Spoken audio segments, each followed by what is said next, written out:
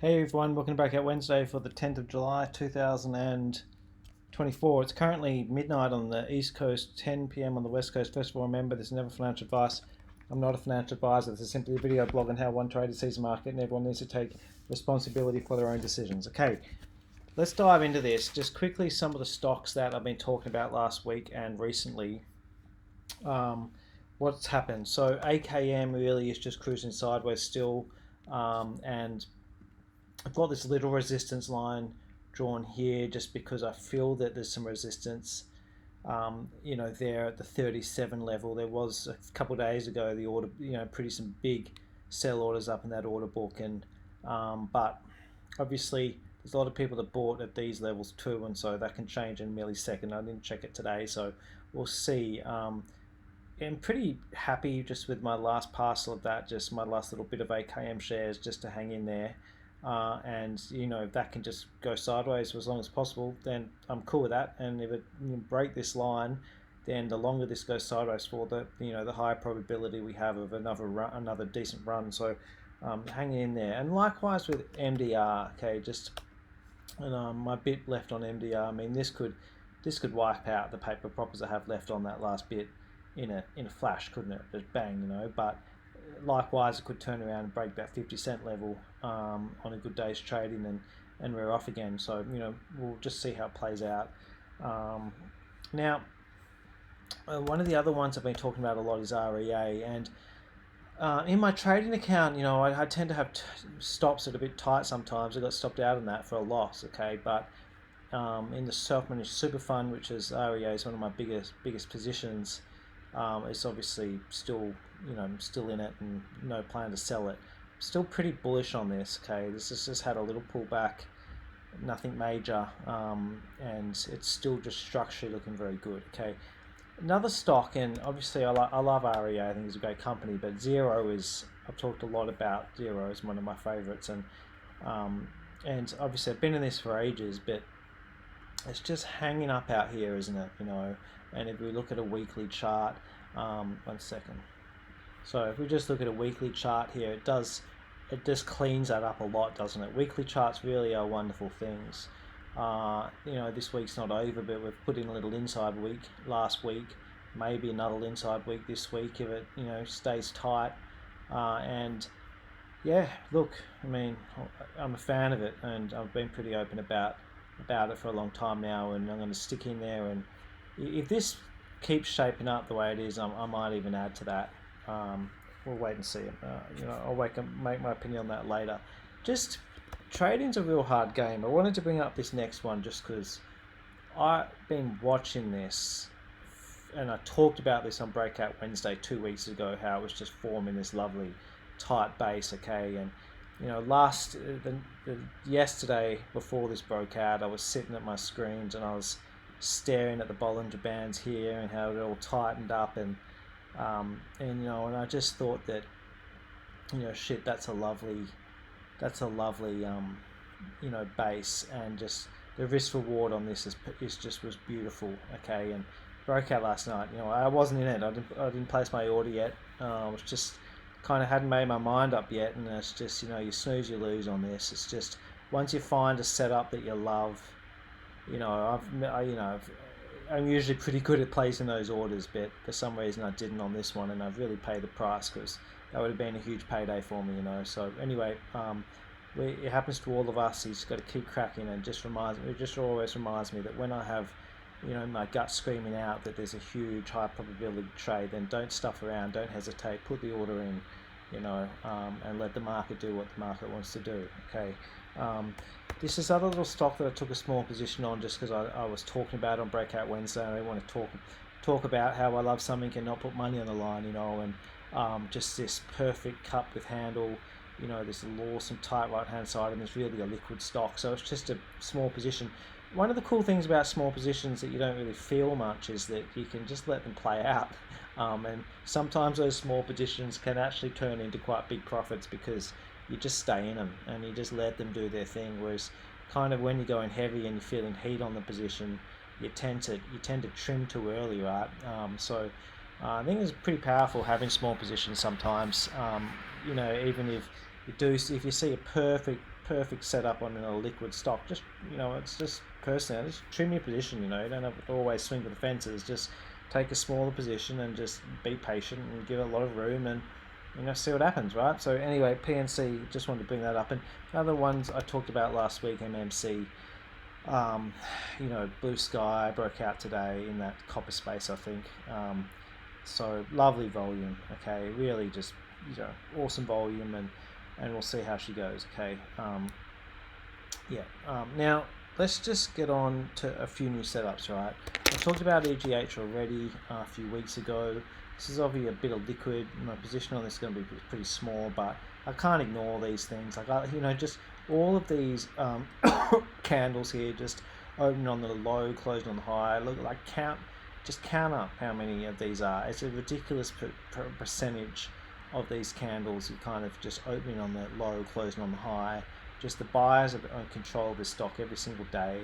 But it is one of these stocks, like if you that sometimes will just open like really low, and so if you're in it, your paper profits just, if you've got a position, bang, you're going to be down, a fair bit, on open, and then by close it's up again. It's interesting, isn't it? And it's very liquid, and sometimes they behave like this, but but if it can clear this level, then this stock can move.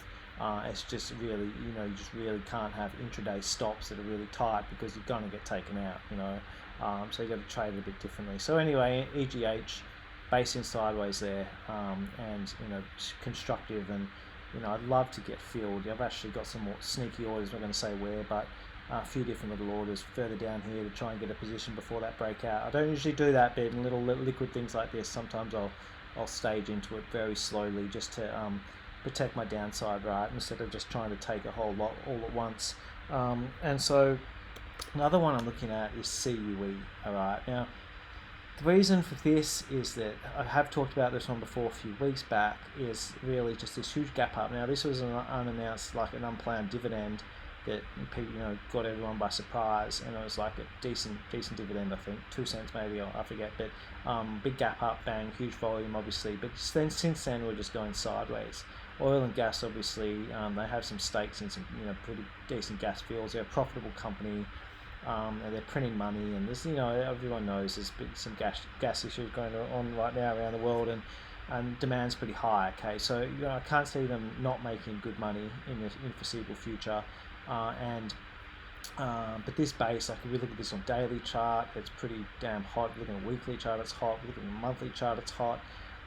And the only thing that's annoying with this is like it's like a decently, and it trades in increments. Like if the breakout levels here is 115, and then to get filled on it, you got to pay up to 12, which is a decent, it just feels like a bit of a hit. Whereas down here, like it's moving in such small increments. But anyway, it is what it is.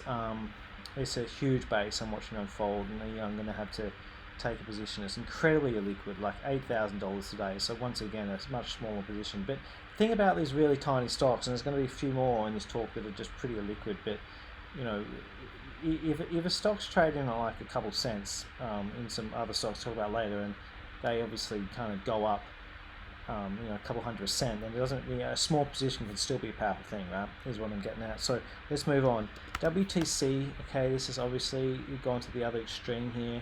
From a liquid stock to beautiful WTC.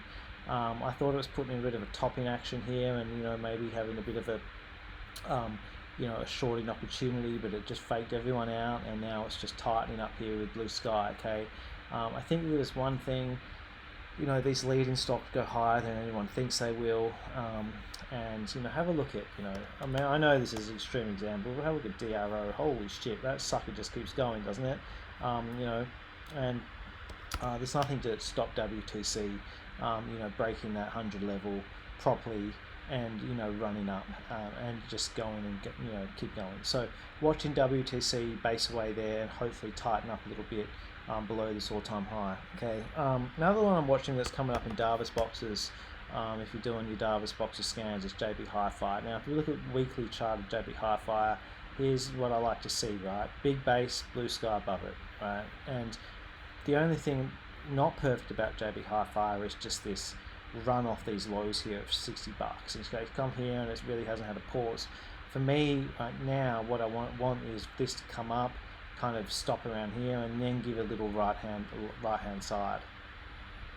One example of that just quickly is like LLY, which I was talking about a lot a few weeks back, right? Okay, this is blue sky up here, all-time highs, resistance, came up, and just tightening here of this right-hand side is key, okay?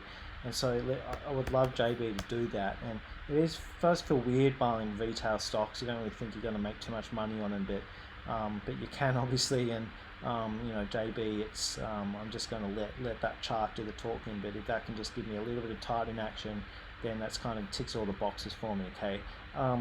And now just some real penny dreadfuls. I've been doing this scan. I mean, I always do the scan, but this scan finds me a lot. Like just this one here, right? I just tick all this stuff.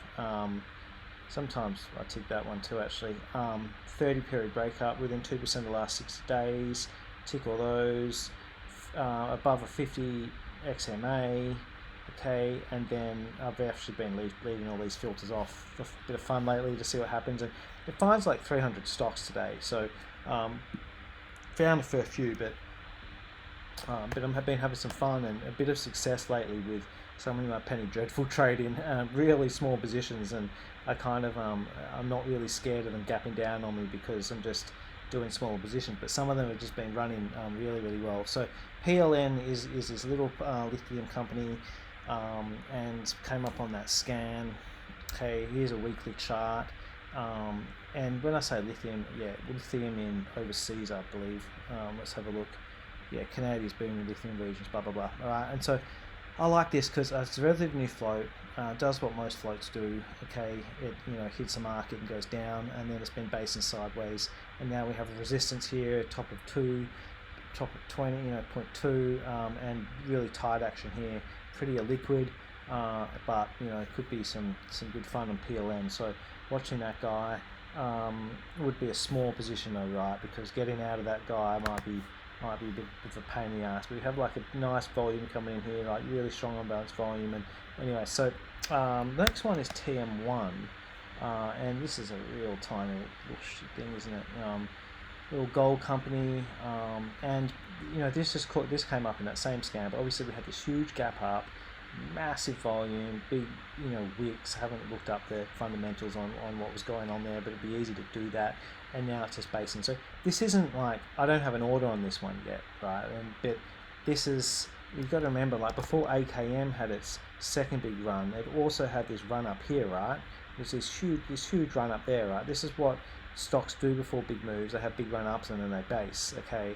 And maybe TM1 is starting that basing process. So it's on my watch list and it just needs to chill out. I'm going to look at that every single day and just see what it does, okay? The last one is WA8, and so WA8 came up in a tri-point resistance scan, I believe, or maybe it was a double top resistance scan, I'm not sure, but it came up in one of those on that scan I was just showing you guys, and this is just forming a big base, clear resistance. This, I don't have an order in that again. But that I'll be watching that every day to see if she can tighten and then have a breakout. So look, that's it. Talked about a lot of stocks, but they're good times, good fun. There's a lot going on at the moment. The All Lords is just kind of boring and dead, isn't it?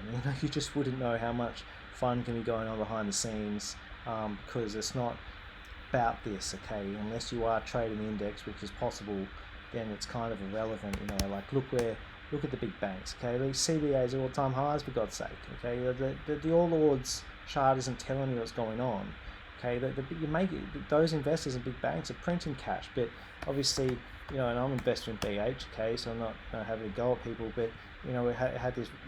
It's just obviously lagging, okay? And maybe we've got a triple bottom here. Maybe this is a bottom, or maybe this is just going to break this support and have another leg down. I don't know. I mean, no one bloody knows, do they?